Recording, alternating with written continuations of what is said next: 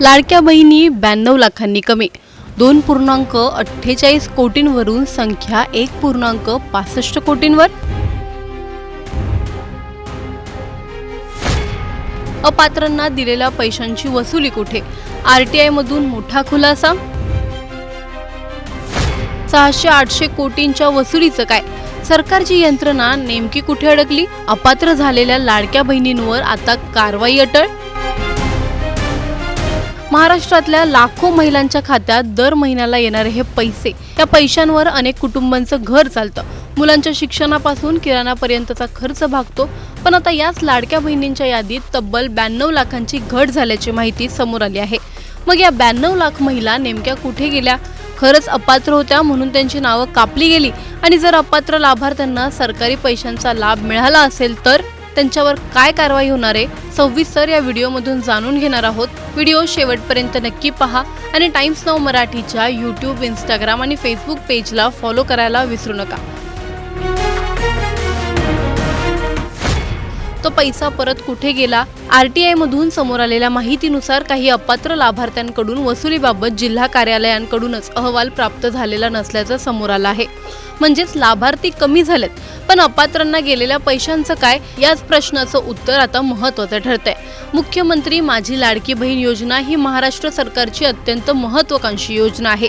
पात्र महिलांना दर महिन्याला आर्थिक मदत देण्याच्या उद्देशाने ही योजना सुरू करण्यात आली। योजनेला मोठा प्रतिसाद मिळाला आणि काही काळात लाभार्थ्यांची संख्या तब्बल 2.48 कोटींच्या आसपास पोहोचली। मात्र त्यानंतर सरकारने लाभार्थ्यांची ई-केवायसी आणि पात्रता पडताळणी सुरू केली आणि याच पडताळणीनंतर लाभार्थ्यांच्या संख्येत मोठी घट झाल्याचं समोर आलं आहे। आरटीआय मधून मिळालेल्या माहितीनुसार विविध कारणांमुळे सुमारे 92.10 लाख नोंदी रद्द करण्यात आल्या आहेत। यामध्ये सर्वात मोठा आकडा आहे तो ई-केवायसी पूर्ण न करणाऱ्या महिलांचा। सुमारे 62 लाख नोंदी ई-केवायसी पूर्ण न झाल्यामुळे वगळण्यात आला। यानंतर वार्षिक कौटुंबिक उत्पन्न 2.5 लाख रुपयांपेक्षा जास्त असलेल्या सुमारे 16 लाख लाभार्थी अपात्र ठरल्या। याशिवाय ई-केवायसीच्या माध्यमातून शासकीय कर्मचारी असल्याचं स्वयंघोषित केलेल्या सुमारे 4,42,000 नोंदी वगळण्यात आला। तर सुमारे 3,60,000 महिला संजय गांधी निराधार योजनेचा लाभ घेत असल्याचं समोर आल्यानंतर त्यांनाही या योजनेतून वगळण्यात आलं। एकाच कुटुंबातील 2 पेक्षा जास्त लाभार्थी असल्याच्या कारणावरून सुमारे 2,50,000 नोंदी तर 65 वर्षांपेक्षा जास्त वयाच्या सुमारे 80,000 नोंदी रद्द झाल्या। याशिवाय जिल्हा पातळीवरील पडताळणीत 1,70,000 तर शासकीय कर्मचारी म्हणून स्वतंत्रपणे ओळख पटलेल्या सुमारे 8,000 नोंदी वगळण्यात आल्या। म्हणजेच ई-केवायसी पासून उत्पन्न, वय, कुटुंबातील लाभार्थी संख्या आणि सरकारी नोकरीपर्यंत विविध निकषांवर पडताळणी करण्यात आली। या पडताळणीनंतर योजनेतील सक्रिय लाभार्थ्यांची संख्या मोठ्या प्रमाणात कमी झाली। पूर्वी सुमारे 2.48 कोटी लाभार्थी असताना आता ही संख्या 1.65 कोटींवर आल्याचं आरटीआय मधून समोर आलेल्या माहितीत नमूद करण्यात आलं आहे। म्हणजे जवळपास 92 लाख नोंदी कमी झाल्या। याचा थेट परिणाम सरकारच्या योजनेवरील मासिक खर्चावरही झाला आहे। 1.65 कोटी लाभार्थ्यांसाठी सरकारचा मासिक आर्थिक भार सुमारे 2,484.92 कोटी रुपये तर वार्षिक खर्च 29,819.10 कोटी रुपये असल्याची आकडेवारी देण्यात आली आहे। आता या संपूर्ण प्रकरणातला सर्वात मोठा सवाल इथेच आहे। पडताळणीत काही लाभार्थी अपात्र ठरलेत। त्यात शासकीय कर्मचारी असल्याचं समोर आलेल्या 4.42 लाख स्वयंघोषित लाभार्थी आणि 8,000 सत्यापित शासकीय कर्मचारी यांचा समावेश आहे। म्हणजेच एकूण 4.5 लाखांहून अधिक शासकीय कर्मचारी किंवा संबंधित नोंदी या योजनेतून अपात्र ठरल्याचं आकडेवारीतून दिसतं।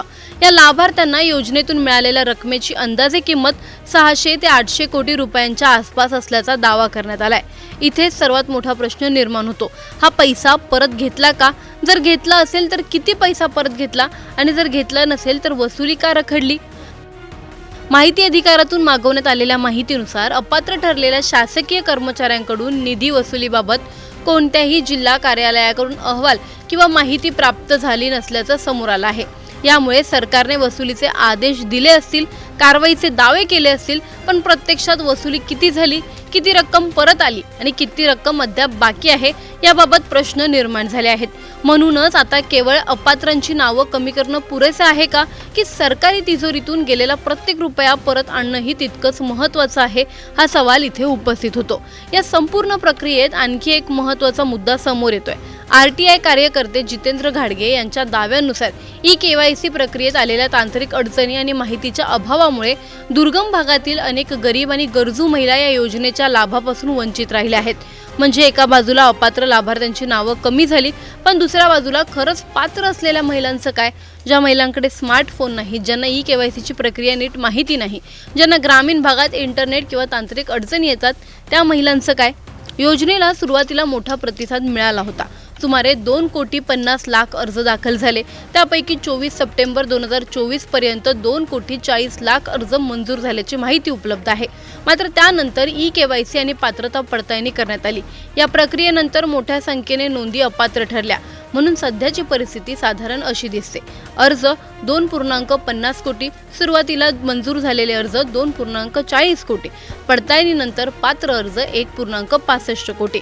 म्हणजे कागदावरची संख्या आणि प्रत्यक्ष पात्र लाभार्थ्यांची संख्या यामध्ये मोठा फरक पडलाय. लाभार्थ्यांची संख्या कमी झाल्यामुळे सरकारच्या योजनेवरील मासिक आर्थिक भारही कमी झाला. दुसरीकडे प्रश्न असा आहे की जर आधी अपात्र व्यक्तींना पैसे गेले असतील तर त्या पैशांची जबाबदारी कोणाची? सामान्य करदात्यांच्या पैशातून चालणाऱ्या योजनेत पात्र व्यक्तींना मदत मिळणं हा उद्देश आहे, पण जर अपात्र व्यक्तींना पैसा गेला असेल तर तो पैसा परत मिळणंही तितकंच आवश्यक आहे. आता हा विषय फक्त सरकारी आकडेवारीचा नाही, कारण महाराष्ट्रातील मध्यमवर्गीय कुटुंब महिन्याचा खर्च करताना प्रत्येक रुपयाचा हिशोब ठेवतं. वीज बिलं, मुलांची फी, किराणा, औषधं, घरभाडं, EMI आणि त्याचवेळी सरकारच्या तिजोरीत जाणारा पैसा हा देखील शेवटी सामान्य नागरिकांच्या करातूनच येतो. म्हणून सरकारच्या कोणत्याही योजनेत खरा लाभार्थी कोण आणि अपात्र कोण याची पडताळणी होणं आवश्यक आहे. पण त्याचवेळी KYCच्या प्रक्रियेमुळे एखादी गरीब आणि पात्र महिला केवळ तांत्रिक कारणामुळे लाभापासून वंचित राहू नये, हेही तितकंच महत्त्वाचं आहे. तुम्हाला याबद्दल नेमकं काय वाटतं? आम्हाला कॉमेंटमध्ये नक्की कळवा. व्हिडिओ आवडल्यास लाईक व शेअर करायला विसरू नका. तसंच अशा नवनवीन अपडेट्ससाठी आणि माहितीपूर्ण व्हिडिओजसाठी टाइम्स नाऊ मराठीला नक्की फॉलो करा.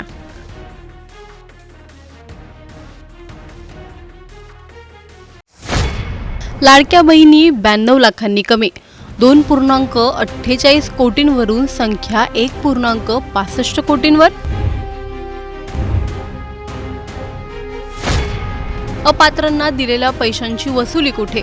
RTI मधून मोठा खुलासा. 600-800 कोटींच्या वसुलीचं काय? सरकारची यंत्रणा नेमकी कुठे अडकली? अपात्र झालेल्या लाडक्या बहिणींवर आता कारवाई अटळ. महाराष्ट्रातल्या लाखो महिलांच्या खात्यात दर महिन्याला येणारे हे पैसे, या पैशांवर अनेक कुटुंबांचं घर चालतं. मुलांच्या शिक्षणापासून किराणापर्यंतचा खर्च भागतो. पण आता याच लाडक्या बहिणींच्या यादीत तब्बल 92 लाखांची घट झाल्याची माहिती समोर आली आहे.